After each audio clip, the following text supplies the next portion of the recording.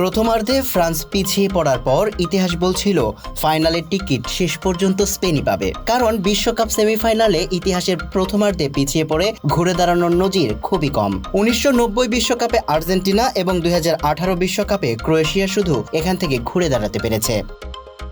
টুর্নামেন্টের সেরা আক্রমণ ভাগ ছিল ফ্রান্সের, সেরা রক্ষণ ভাগ স্পেনের। ডালাসে গতকাল রাতে সেই রক্ষণের সামনে হঠাৎই বিবর্ণ হয়ে পড়েন কিলিয়ান এমবাপ্পেরা। উল্টো এই বিশ্বকাপে তাদের সেরা ফুটবল খেলে 2 গোলে দ্বিতীয়বারের মতো বিশ্বকাপের ফাইনালে উঠে গেলেন স্পেন।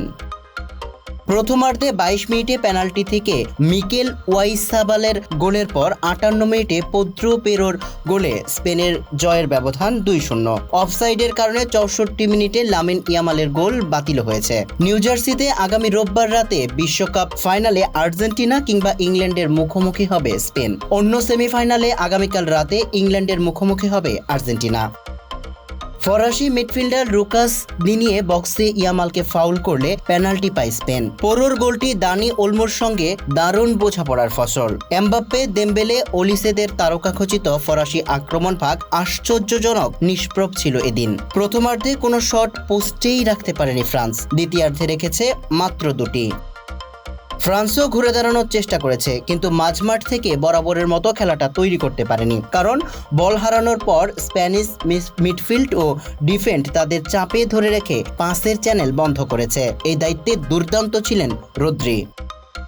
ফরাসি মাঝমাঠের প্রাণভোমরা মাইকেল ওলিসেকে যেন বোতলবন্দি করে রেখেছিল স্পেন। দলীয় সমন্বয়ে তাকে স্বাভাবিক খেলাটা খেলতে দেয়নি স্পেন। 20 বার বলের দখল হারান, বাধ্য হয়ে তাকে 72 মিনিটে তুলে নেন ফ্রান্সের কোচ দিদিয়ের দেশম।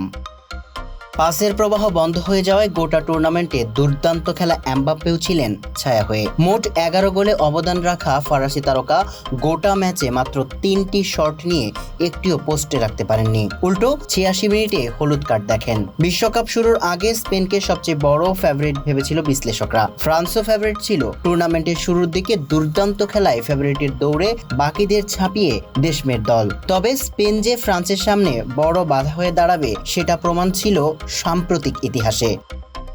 সামিউল ইসলাম, মানবকণ্ঠ।